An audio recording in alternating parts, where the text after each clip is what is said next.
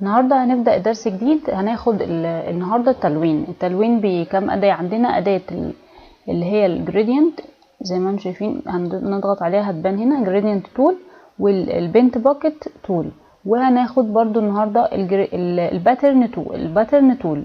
تمام، فهنعرف ايه هما الادوات دي كلها بتلون، ولكن كل أداة بتلون بطريقة مختلفة عن التانية. طب احنا اتعلمنا قبل كده ازاي نفتح ملف جديد. اول حاجة بنعمل ايه؟ نفتح الفايل، نيجي نعمل نيو. تمام، وهنيجي هنا نعمل يا اما ناخد المتكستم جاهز، يا اما احنا نكتب المساحة اللي احنا عاوزينها. مثلا انا عاوزة هنا مثلا 1000، مثلا نخليها 1100، ونيجي هنا لتحت نخليها 890 مثلا، وهنخليها بالطول. وطبعا هنا بنختار بيكسل زي ما احنا قلنا. تمام، عشان احنا بنستخدم البيكسلز. وطبعا هنا الريزوليوشن بتاعنا 72 لان احنا مش ناويين نطبع. وهنا اهم حاجه ركزوا في الحته دي ان احنا بنختار بيكسل بالبير انش، مش بالايه بالسنتي. يبقى بالانش مش بالسنتي، احنا اغلبيه شغلنا بالانش. تمام، وهنا عندنا برضو 8 بت وال16 بت دي انا ما قلتهاش قبل كده. دول عباره عن ايه؟ دول عباره عن احنا مثلا عدد الالوان عندنا زي ما كانك ايه في المدرسه وجايب الوان عشان تلون بيها. انت جايب الوان عباره عن 16 لون، كل لون فيه درجات مختلفه. ف8 بت هنا درجات الالوان اقل بكتير من ال16 بت. ال16 بت ده كاني مثلا عندي درجه اللون الاحمر عندي منه درجات كتيره جدا، غير لما يكون 8 بت. انا مثلا 8 بت معايا درجتين، لا هنا معايا 4 درجات. طب 32 برضو نفس الكلام. ده يعني معناه ان انا بستخدم اقصى حد من الدرجات بتاعه الالوان.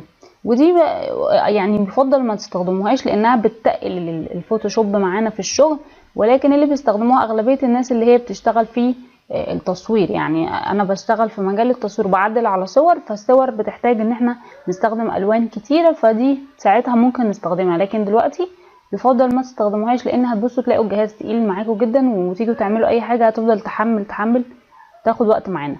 طبعا انا عايزه اشتغل على ورقه بيضه، وعايزه اخلي الورقه دي المره دي عايزاها بالطول، وهعمل كريت. تمام. طيب دلوقتي بقى هبتدي الون بقى واشتغل على التلوين. انا اول حاجه هستخدم الجريدينت تول. الجريدينت تول الاختصار بتاعها حرف الجي من الكيبورد، مش الجي. احنا بناخد الكنترول جي دي حاجه تانية، لا هنا الجي ومن غير كنترول. يعني لو ضغطت كده على الكيبورد، تعالوا مثلا نقف على الموف تول واخترت على الكيبورد الجي، هتبصوا تلاقوا حولتني على طول على الجريدينت. طب ما هتقولوا لي طب ما برضو البنت باكت برضو حرف الجي الاختصار بتاعها، ودي برضو حرف الجي. معنى كده ايه؟ يعني انا لو ضغطت على حرف الجي، تعالوا نرجع تاني على المفتول، وضغطت على حرف الجي من الكيبورد جاب لي الجريدينت. طب انا عايزه البنت باكت، اعمل ايه؟ اقوم دايسه على الشيفت واضغط على الجي تاني، هيقوم محولني على الايه البنت باكت. تمام، يبقى احنا بنعرف الاختصارات بتاعتنا عشان دي هتسهل علينا الشغل. طيب اخترنا الجريدينت تول وخلينا نشتغل بالجريدينت تول الاول، ولا اقول لكم نتعلم البنت باكت الاول عشان هي اسهل، وبعد كده نتعلم الجريدينت. تمام، انا عندي صفحه بيضاء اهي وعايزه الونها. تمام، طب انا هنا لازم اول حاجه نعملها ان احنا نراجع الاعدادات بتاعتنا علشان ما يبقاش فيه لخبطه. هنا نعمل ايه؟ نيجي عند السهم الصغير ده، نعمل كليك يمين وريسيت تول. دي بنعملها دايما ايه معانا في اي اداة بنستخدمها، نعمل ريسيت تول او ريسيت اول تولز. تمام، ونقول له اوكي. وبعد كده هاجي هنا هقف على الورقه بتاعتي، عشان لو حصل مثلا زي اللي حصل ده ولقيتوا العلامه دي، معناه ان انتوا مش واقفين على الصفحه بتاعتكم. فعشان ايه تعرفوا تشتغلوا لازم تقفوا على الصفحه بتاعتكم. فدلوقتي هنبتدي نلون الورقه بتاعتنا. لو ضغطنا ضغطه كده هيجيب لي اللون اللي هو الفور جراوند. طب لو انا عايزه اللون اللي في الباك جراوند ده اعمل ايه؟ يا اما هاجي هنا عند السهم ده وهدوس عليه، هقوم ضغطه كده هلاقيه. يا اما في طريقه تانية ان احنا نيجي عند الكيبورد ونضغط على كنترول باك سبيس، هيقوم مدينا اللون. تعالوا نخلي اللون مثلا اهو كنترول باك سبيس، هيدينا اللون اللي في الباك جراوند. طب ايه ده؟ ايه طريقه تانية برضو؟ الطريقه التانية ان احنا نيجي هنا نعمل اديت ونعمل فيل. خلينا مثلا نغير اللون ده الاول، نعمل اديت فيل ونقول له مثلا اديني اللون اللي في الباك جراوند اهو. هنضغط عليها نقول اوكي، هيديني اللون اللي في الباك جراوند. طيب برضو اديت فيل، هيدينا اكتر من اختيار. تعالوا نعرف ايه الاختيارات اللي عندنا. الفور جراوند اللي هو اللون اللي فوق دوت نقدر نختاره من هنا برضو، والكالر ان انا اختار الكالر اللي انا عاوزاه، والباترن دي اللي هناخدها ان شاء الله دلوقتي. فخلينا دلوقتي نختار الكالر ونختار مثلا اي لون تاني، خلينا نختار الاحمر ونقول اوكي فاداني اللون اللي انا اخترته. طيب تمام. طيب دلوقتي نيجي بقى ايه مثلا عايزين نيجي هنا لو بصينا على الاختيارات اللي عندنا هنا هنبص نلاقي ان في بيقولي فور جراوند وفي بيقولي باترن. يعني انت عايز اللون اللي هنا في الفور جراوند اللي هو اللبني ده، لو ضغطت عليها وعملت كده هلاقيه. طب لو انا ضغطت هنا واخترت باترن يبقى معنى كده ان انا هلون باترن. لو عملت كده هتلاحظوا ان هو لون لي الباترن. طب الباترن دي جت منين؟ هو اوريدي كان مختارها من هنا. طب انا عايزه اغيرها، يبقى انا هضغط هنا على السهم الصغير ده وابتدي اغير الباترن بتاعي. مثلا خليته الشكل ده، ثانيه نبتدي نغير الشكل يكون واضح اهو. مثلا اخترت الشكل ده وضغطت ضغطه هيديني لون الباترن اللي انا بختاره. وطبعا نقدر نشتغل على الباترن دي شغل كبير جدا هنقدر نشرحه دلوقتي، بس احنا دلوقتي بنتكلم في مين؟ بنتكلم عن البنت تول. فالبنت تول عندنا بتقدر تلون لنا باترن وتقدر تلون لنا لون عادي، فهي ليها اكتر من وظيفه. طب ايه هنا بقى ده؟ ايه هنا نقف على النورمال. لو وقفنا على اي حاجه غير النورمال هيدينا افكت مختلف تماما. فدي هشرحها لكم، دي مع الوقت هناخدها ان شاء الله. كده كده دي شغلي عليها كتير قوي في التلوين، تمام. وهشرحها لكم في الجزئيه اللي هنا دلوقتي. وهنا مثلا الاوباستي يعني الوضوح بتاع اللون. يعني انا مثلا لو قللت الاوباستي بتاعي وخليته مثلا قليل قوي، ماشي، انا طبعا بسحب الايه البكره كده. يا اما باجي هنا واكتب الدرجه اللي انا عايزاها. انا مثلا عايزه 13 واعمل انتر. انا مثلا عملت 13% الاوباستي وهاجي ورقه جديده هشيل الورقه دي خالص وهبتدي الون. ايه اللي هيحصل؟ خليني واقفه عليها. اللي حصل ان هي لونت فعلا، بس انتوا مش شايفين عشان بصوا الاوباستي قليله جدا فمش مبينه اي حاجه. طب لو عليناها شويه طبعا هتبين معانا. يبقى نخليها مثلا ايه 50 اهي بينت معانا. بس طبعا الدرجه بصوا الفرق، بصوا فرق اللون من اللون. فطبعا الاوباستي دي يعني درجه اللون عايزينها قد ايه. عندنا اكتر من طريقه ان احنا نغير الباترن بتاعنا. نيجي هنا الطريقه دي افضل طريقه ان احنا نضغط على الاف اكس دي ونختار باترن اوفرلاي. فهيجي لي هنا هيقول لي اختيارات كتيره. هيقول لي هنا انت عايزه نورمال، الباترن نورمال، تمام انا عايزاه نورمال. طيب هنختار الباترن الاول اللي احنا عايزين نغيره. عايزين الباترن ده زي ما انتم شايفين احنا عاملين البريفيو دي عليها صح. فهو بيديني لو جبت كده هو بيديني الشكل هيبقى عامل ازاي. عجبني الشكل ماشي، ما عجبنيش اقدر اغيره. طيب اقدر العب في الاعدادات بتاعته، طبعا اقدر العب في الاعدادات بتاعته. كل ما اعلي السكيل كل ما شكل الباترن بتاعي هيتغير. وهنا بيقول لي لينك ويز لاير، يعني انا عايزه اعمل لينك ويز اللاير بتاعي. وهنا عليت الاوباستي بتاعتي شويه. خلي بالكم كل ما بنعلي الاوباستي كل ما بتخفي اللون اللي كان قبله اصلا. لو احنا عاملين اتنين مثلا صفحتين، صفحه تحت وصفحه فوق، لو قللت الاوباستي ديت الصفحه اللي تحت بتبان معايا شويه، لكن عليتها كده انا خبيتها خالص. فانا كده لما بعلي الاوباستي انا مش ببينه اصلا خالص، ببين اللي فوق بس، كاني حطيت ورقه على ورقه وغطيت الورقه اللي تحتيها، تمام. غير لما تحط ورقه شفافه. لو حطيت ورقه شفافه هتبصوا تلاقوا بصوا اللي تحت بين. واقول اوكي تمام. وعلى الاساس ده انا عملت افكت كده للصوره بتاعتي. انا لو شلته هلاقي نفسي رجعت للصوره الاصليه اللي هو اللون الموف. لو حطيته يبقى انا حبيت الباترن بتاعي الجديد فانا خليته متاكتف. فدي طريقه ان احنا نضيف الباترن للصوره، بس بيلغي لنا الفرق ان هو بيلغي لنا الصوره القديمه. احنا خلاص حطينا افكت جديد ولغينا الافكت القديم. لا، يبقى انا لو هغيره من غير افكت والكلام ده يبقى هقف على صفحه جديده وابتدي اقف عليها واجيب برضو البنت باكت واختار الباترن. البنت باكت واختار الباترن اللي انا عاوزاه. مثلا اخترت الباترن ده وعملت كده، فانا كده عملت باترن جديد في صفحه جديده من غير افكت ولا اي حاجه. بس ميزه الافكت اللي احنا عملناه ده ان انا اقدر الغيه في اي وقت واقدر ارجعه في اي وقت. فانا لو لغيت دي مثلا اهي هقدر اعمل كده الغي الافكت بس، لكن ملغيش الصوره اصلا بتاعتي الاصليه، لان ده هينفعنا في صور كتير جدا. عايزين ندخل على الباترن نفسها. قائمه الباترن نفسها هي الشكل بتاعها اسمه باترن ايه تول.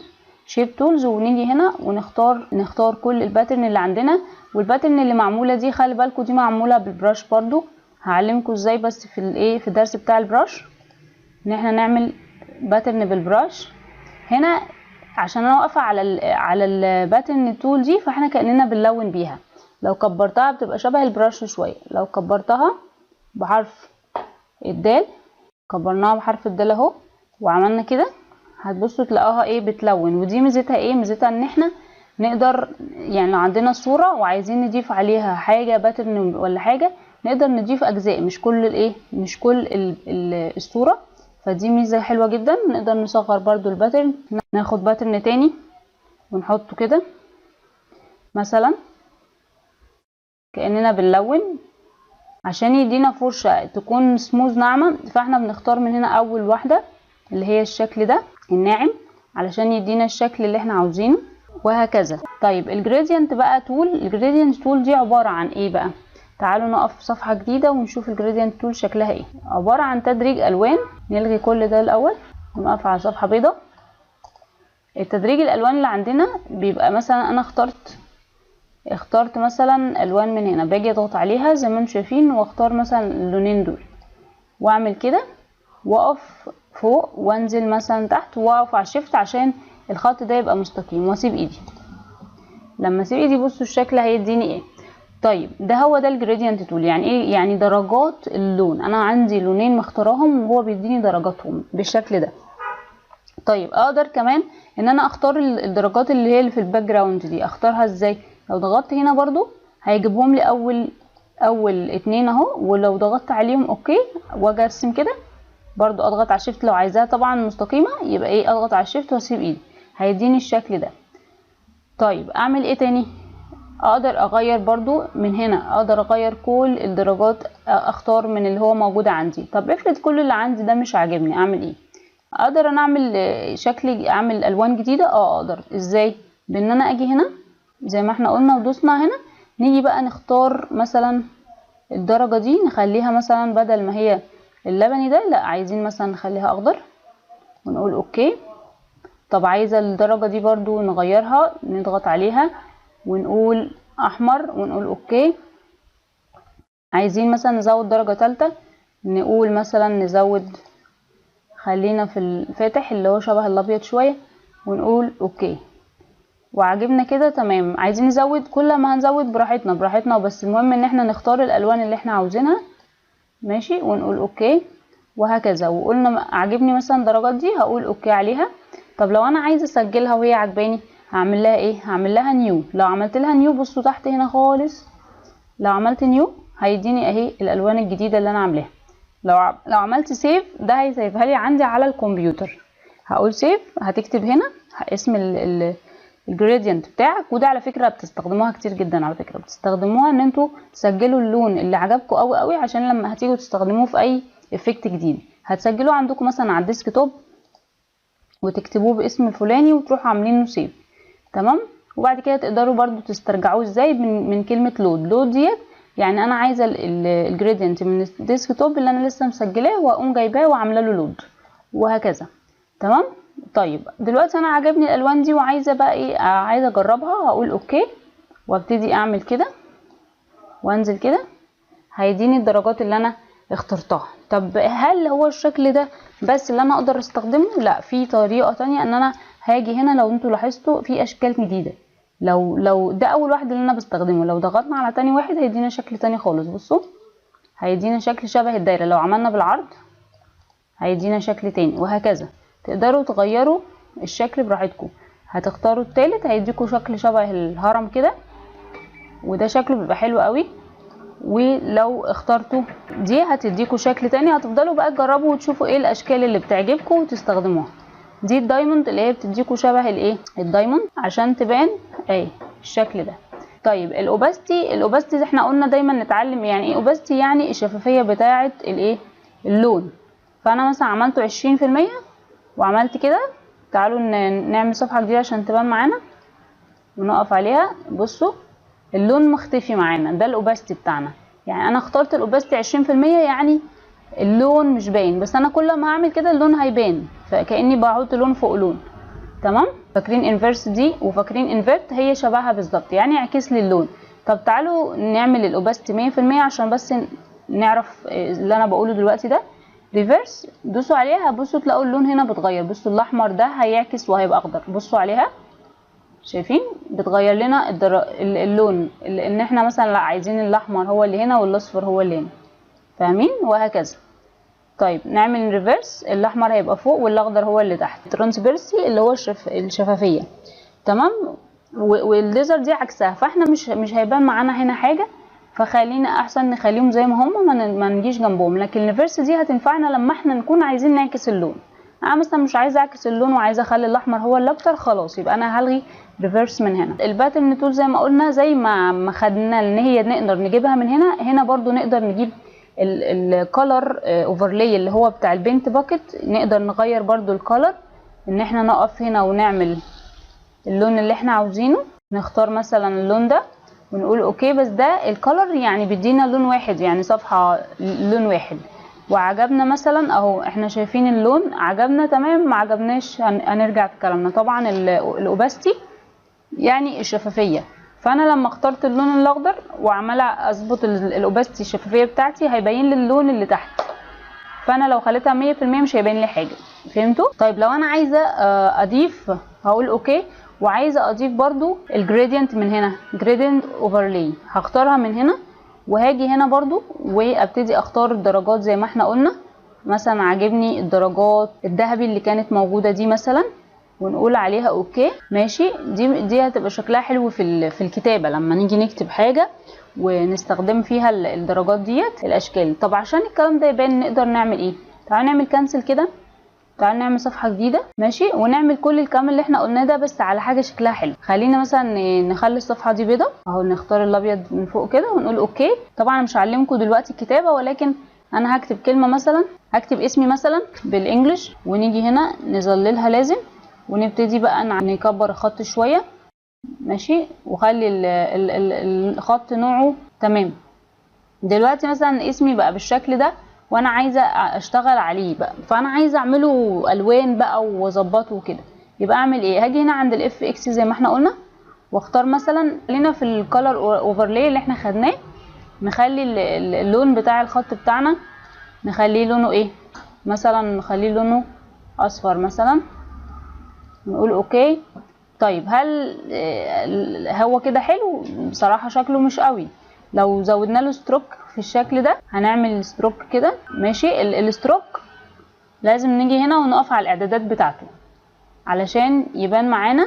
هنعمله اوت سايد، طبعا انا الجزئيه دي هشرحها لكم تاني، بس ايه خلينا نعمل شكل يعني. وعايزين نغير اللون الرمادي ده، نخلي الستروك بتاعنا لونه ونقول اوكي. عايزين نقلل السايز بتاع الستروك بتاعنا ماشي. فمثلا شكل اسمي بقى ايه يعني، برضو مش وحش. طب لو مش عاجبني الكلام ده، الغي الستروك خالص وخليني في الكالر اوفرلاي. طب لو انا عايزه اعمل جريدينت، الجريدينت هيديني شكل طبعا احلى بكتير. لو اخترنا مثلا الذهبي اللي كان عندنا ده، بصوا هيدي شكل الاسم عامل ازاي، وقلنا اوكي، هيدي شكل حلو للايه، للاسم بتاعي. طيب هو برضو مش عاجبني قوي عشان يعني في حاجه كده مش مظبوطه، فاحنا نفضل نعمل كده عشان الاضاءه بتاعتنا تبقى احلى. وبرضو ممكن نخلي جدا ان الصفحه البيضاء دي تبقى رمادي او لون تاني عشان تبان. فزي ما انتم شايفين الكولر اوفرلاي اداني الشكل ده. طب وحلو وعجبنا، نقول اوكي. مش عجبنا نغيره. طب انا عايزه اعمل باترن، هاجي هنا عند الباترن اوفرلاي واختار الباترن اللي ايه اللي عاجباني. مثلا اخترت الباترن ده ماشي، وخلينا السكيل بتاعها عالي بس عشان تبان الباترن ديت. عايزين نلغي الجريدينت ونعلي شويه الباترن ده، بصوا هنلعب فيه كده عشان يبان تمام. والاوباستي خلوها عاليه عشان تبان معاكم اكتر، وخليها نورمال عشان تبان برضو اكتر تمام. ونقول ايه اوكي. لو عجبني كده الاسم ماشي، ما عجبنيش ايه الغيه ازاي؟ اجي هنا عند العين دي مثلا، مش عاجبني الباترن اعمل الغاء، مثلا مش عاجبني الكلر اعمل الغاء، وارجع اظبط تاني من اول براحتي. ادخل برضو مثلا عايزه اظبط تاني الباترن، ادخل عليها واعمل دبل كليك، اقدر اغير الباترن، اقدر اغيره، نخليه اصفر نخليه اصفر وهكذا. فهمنا؟ دلوقتي هنتعلم ازاي نستغل الباترن اللي احنا خدناها والفيل والحاجات دي كلها نقدر نستغلها في الصور. فهنيجي دلوقتي هنعمل فايل ونفتح اوبن بدل نيو. احنا كل مره بنعمل نيو صفحه بيضاء او كده، لا احنا هنفتح دلوقتي صوره. فتعالوا نفتح الصوره اللي هنشتغل عليها. الصوره اهي، هنقول اوبن. تمام. دلوقتي بقى هنعمل ايه؟ هنشتغل على الصوره دي ان احنا هنلونها ونعمل حاجات فيها افكت وحاجات بالباترن وبالايه، بالاداه اللي احنا الجريدينت اللي احنا خدناها دلوقتي والبنت باكت. طيب ازاي الكلام ده؟ تعالوا نبدا دلوقتي بالبنت باكت لانها فيها باترن برضو، فخلينا في البنت ايه باكت. طيب مثلا احنا وقفنا دلوقتي على لاير جديد، يفضل ان احنا لما نيجي نشتغل على لاير جديد. احنا ينفع على فكره نشتغل على نفس الصوره، ولكن احنا كده ممكن نبوظها. فنعمل لاير جديد ونعمل مثلا تعالوا نختار لون مثلا نلون الصوره عليه، خليها لونها احمر ونقول اوكي عشان الاحمر هيدينا افكت حلو. طب انت هتقولي طب ما انت خبيتي الصوره خالص. ما احنا دلوقتي عندنا بقى حاجه اسمها الايه البلندنج مود. البلندنج مود دوت اللي هو فاكرين لما كنت بقول لكم النورمال دي هشرحها لكم وخلوها بعدين، هي دي بقى اسمها بلندنج مود. هي موجوده هنا فوق وموجوده هنا، بس احنا نفضل ان احنا نستخدمها من الجزئيه دي. فانا مثلا دلوقتي هنزل كده واختار اوفرلاي. شايفين الاوفرلاي ادت شكل كده كأن الصوره ايه لا حمراء قوي. طب نعمل ايه؟ نقلل الاوبستي بتاعتنا شويه، فهتلاقوا الصوره بقت شكلها احلى. لو خفيناها بصوا الشكل الصوره كان ايه وبصوا بقى ايه. فانتوا تقدروا تلعبوا في تأثيرات الصور بالطريقه دي. نجرب مثلا نعمل لاير جديد وتعالوا نجرب في البنت باكت. احنا قلنا فيها الباترن، فاحنا مثلا واقفين على البنت باكت وهنا بيقول لي عايز فور جراوند ولا باترن، فخلينا نختار الباترن دلوقتي عشان برضو بالمره.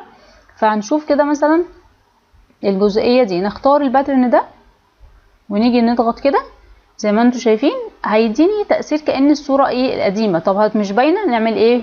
البلند مود ونيجي هنا نختار الاوفرلاي. برضو الاوفرلاي دي افضل علشان بتقدر تبين لنا اللي خلف الصورة، لكن احنا قلنا هنا الداركن بيجيب لي الالوان الغامقة اللي في الصورة وبيبينها، وهنا اللايت بيبين لي الالوان الفاتحة اكتر.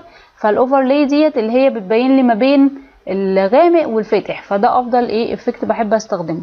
طيب ولو حابين تجربوا زي ما احنا قلنا هننزل بالسهم في الكيبورد هيدينا اشكال، والشكل اللي يعجبنا هو اللي هنختاره. تمام زي ما انتم شايفين. طبعا مفيش دي ادتنا كاننا بنصور ابيض واسود، شكلها حلو برضو مش وحش. فهنيجي هنا على الاوفرلاي. طبعا البين لايت شفتوا لعب في الفواتح فمبين لنا الفواتح. لو طلعنا كده كل ده الجزء بتاع اللايت. الاوفرلاي هي احسن حاجه. طيب عايزين نعلي الاوباستي شويه، نعليها شويه مفيش مشكله. طيب نقدر برضو نعمل ايه؟ نقدر نعمل هنا ماسك جنب الباترن بتاعنا ده علشان لو عايزين نمسح الجزئيه اللي تحت دي ونخلي السما بس هي اللي بالشكل ده. نعمل ايه؟ نيجي هنا هتلاقوا علامه ايه؟ هتلاقوا هنا علامه الماسك شايفينها دي بتعمل كده. نقف عند الابيض، نقف عند الخانه البيضاء هيدينا هنا ابيض واسود. لازم نقف عند البراش لازم علشان نمسح الجزئيه اللي تحت. طبعا البراش بتاعتي متغيره فانا هعمل له كده كليك يمين وريسيت تول علشان يجيب لي البراش بتاعتي الاصليه، واكبر البراش من حرف الدال زي ما احنا اتعلمنا ماشي. ونبدا نمسح الجزء اللي تحت ده. هيدينا كده ان احنا ايه السما بس هي اللي مديه الشكل ده. طب عايزين الكلام ده يبان شويه، طب يبقى نعمل ايه؟ نعلي الاوباستي شويه، نقف على الباترن نفسه ونعلي الاوباستي شويه. تاكدوا بس ان انتوا واقفين صح. خلي بالكم احنا عشان عاملين اوفرلاي، فانا لما عليتها ما بانش قوي. لو عملناها نورمال بصوا انا مسحت اللي تحت وخليت الجزئيه اللي فوق، بس خليت الجزئيه اللي فوق هي اللي باينه، هي اللي فيها الافكت. طيب يبقى نرجع تاني للاوفرلاي. ومثلا ممكن نعمل ايه تاني؟ ممكن جدا ان احنا ناخد الباترن ده بالاداه اللي احنا قلناها المره اللي فاتت اسمها باترن ستامب. باترن ستامب ديت بتعمل ايه؟ زي ما انا قلت لكم عامله زي البرش بتلون. انا ممكن اخد الاداه ديت واخد بيها باترن تاني، اغير الباترن اللي انا بستخدمه واعمل باترن تاني. مثلا ناخد الباترن ده نقف على صفحه جديده. انا بفضل طبعا عشان لو حبينا نغير اللي احنا بنعمله، ولو عايزين نكبر البراش شويه نكبرها زي ما اتفقنا بحرف الدال، وهنبتدي نلون كده. عايزين مثلا البحر بس. لو دخلنا على المباني نعمل ايه؟ هنعمل ماسك ونمسح الكلام ده. يا اما نيجي عند الاريسر تول، الاريسر دي بتمسح، فاحنا هنكبر شويه وكده احنا خدنا البحر بس. هنيجي هنا نعمل ايه، نقف على الموف تول، نقف على الباترن اللي احنا لسه عاملينه ده ونعمل له اوفرلاي. وطبعا زي ما انتم شفتوا الشكل عامل ازاي، لو عايزين نقلل الاوباستي شويه نقللها شويه، فكده ايه اداني شكل تاني غير اللي فوق، يعني الشكل اللي تحت غير اللي فوق. خدتوا بالكم اهو، ده اللي فوق وده اللي تحت. طبعا عشان يبان معانا نعلي الاوباستي شويه زي ما قلنا من البنت باكت. نيجي هنا، لو خدتوا بالكم ان في هنا علامه شبه الترس دي معناها ان في هنا اعدادات زياده. فانا مثلا عايزه اشوف باترن تانية غير اللي موجوده هنا، انا مش عاجباني مثلا، فانا اخترت مثلا ديت. دلوقتي بيقول لك انت حابب ان انت تاخد التكستشر الجديد دوت تحطه هنا ابند، يعني تضيفه هنا على دول، ولا عايزه هو لوحده. لو عايزه لوحده هتقول اوكي، لو عايزه ابند هيتقول له ابند، فهتلاقيه ضافهم هنا تحت اللي هم في الاخر دول. تمام، فانا لقيتهم هم نفس اللي عندي، فانا لا مش حباهم، فتعالوا نختار كولر بيبر دوت ونقول اوكي. فانا كده اخترتهم هم لوحدهم عشان ابقى عارفه هو طلع لي ايه. واختار مثلا النبيتي ده ونختار الجزئيه اللي فوق. فانا هاجي اعمل كولر اوفرلاي زي ما احنا اتفقنا بقى. دي هتبقى معانا في كل الصور وفي كل الحاجات اللي بنعدل عليها، اللي هي الايه بلندنج مود ديت، فهنستخدمها كتير. طيب انا مش عاجبني الكلام ده، نعمل ايه الاوباستي بتاعتنا عشان الصوره ما تبص، وممكن نلغي اللي تحت ده عشان ده يبان. ونقدر كمان ان احنا نعمل ماسك زي ما احنا اتفقنا، ونمسح الجزئيه اللي احنا مش حابينها، ولازم نكون واقفين على البراش ونبتدي نمسح. مثلا انا عايزه الفوق اللي سما هي اللي موجوده فيها الاحمر، واللي تحت لا مش موجود فيه احمر، همسح كده. تمام، وبكده انا ايه برضو اخدت الجزئيه اللي انا عاوزاها وسبت الجزئيه اللي انا مش عاوزاها. ايه كمان الايه الجريدينت تول. الجريدينت تول هتعمل لنا ايه هنا، نعمل لاير جديد. دايما تحفظوا ان انتوا تعملوا لاير جديد، ان احنا نيجي هنا مثلا هناخد الالوان اللي احنا عاوزينها علشان تدينا الشكل الاحسن، نعمل كده. فحبينا الشكل ده ماشي، نعمل ايه بقى الاوباستي بتاعتنا. هي كده كده لو خدتوا بالكم هنا كانت عامله اوفرلاي، فنزلت لنا اوفرلاي دايركت. لو عملناها نورمال واشتغلنا من الاول هتدينا الشكل من بدايته شكله عامل ازاي. احنا بقى من هنا نختار الاوفرلاي من عندنا يفضل يعني. فبصوا الصوره ادتنا شكل تاني خالص. طبعا عايزين نقلل الاوباستي شويه، عايزين نمسح مناطق مثلا، عايزين نمسح مناطق اللي هي ليها علاقه اللون الاخضر ده مش عاجبينه نمسح، وهكذا.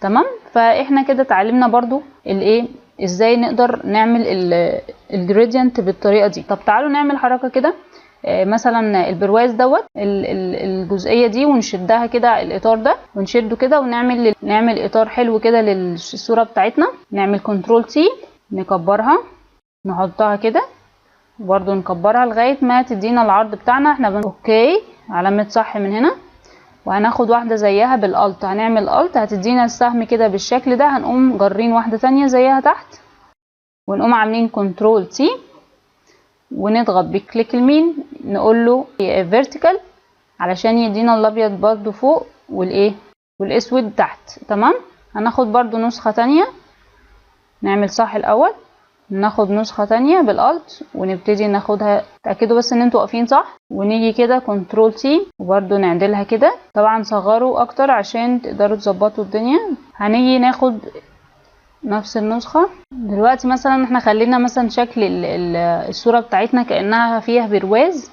تمام، فلو عجبنا كده تمام، مش عجبنا بنعمل ايه، بنبتدي مثلا نغير الوضعية بتاعتها. مثلا الاسود ده نخليه عكس الابيض. نعمل كده ازاي؟ عندنا اكتر من طريقة، ان احنا نقف على التكستشر بتاعنا او على الاطار بتاعنا ده ونعمل له كنترول سي من الكيبورد، يعني فري ترانسفورم. بنجيبها منين؟ تيجوا عند الايديت وتختاروا ترانسفورم كنترول سي. تمام، وبعد كده هتيجوا هنا ماشي وهتعملوا فليب فيرتيكال، هيقوم جايب لك الاسود عكس الابيض، وهكذا هنعمله في باقي الايه الاطار. كنترول سي فليب فيرتيكال، نقول اوكي. هنا هوريزونتال عشان ده بالطول، هوريزونتال نظبطها كده ونقول اوكي. طيب عجبنا الشكل ما عجبناش نرجع تاني ونخليه احسن. الابيض هو اللي هنا والاسود هو اللي الناحيه التانية عشان شكله كان احلى. نقدر نعمل برضو من هنا من البلندنج. فاكرين البلندنج دي نقدر نعمل بيها حاجه برضو، ان احنا نقول له مثلا نقف هنا ونقول له اختار لنا الداركن بس. فانا هتبصوا هتلاقوا، تعالوا نصغر شويه زي ما انتم شايفين لما صغرنا الصورة هنا اختار الداركن بس فشال الابيض خالص وظهر الاسود بس، فخلاه شبه الاطار الفاضي كأنه مفهوش ابيض اهي. بصوا البيضة الابيض اللي هنا ده لما انا هقف عليها واعمل برضو من النورمال ده هنخليه داركن، هتلاقيه خفى الابيض وخلى الاسود بس. تمام. ونفس الكلام لو وقفت هنا داركن وهكذا. طب لو عايزه العكس، عايزه اخلي الاطار ده بصوا بقى عامل ازاي، كاني عامله ستروك. طيب لو عايزه بس اللايت هو اللي يظهر يبقى نعكس، نخلي اللايت هو اللي يظهر. انا طبعا عشان انا واخداها ماسكاها فمستخبيه اهو، الابيض هو اللي ظهر. ونفس الكلام هنا لو ضغطنا كده وقلنا اللايت اهي نفس الكلام. وحتى لو اخترنا برضو مش شرط اللايت، لو اخترنا سكرين برضو هيبين لنا الابيض برضو عشان السكرين تبع اللايت. تمام. فهتعملوا بقى تشوفوا كده الصورة ايه محتاجة معاكم ايه وتعملوا.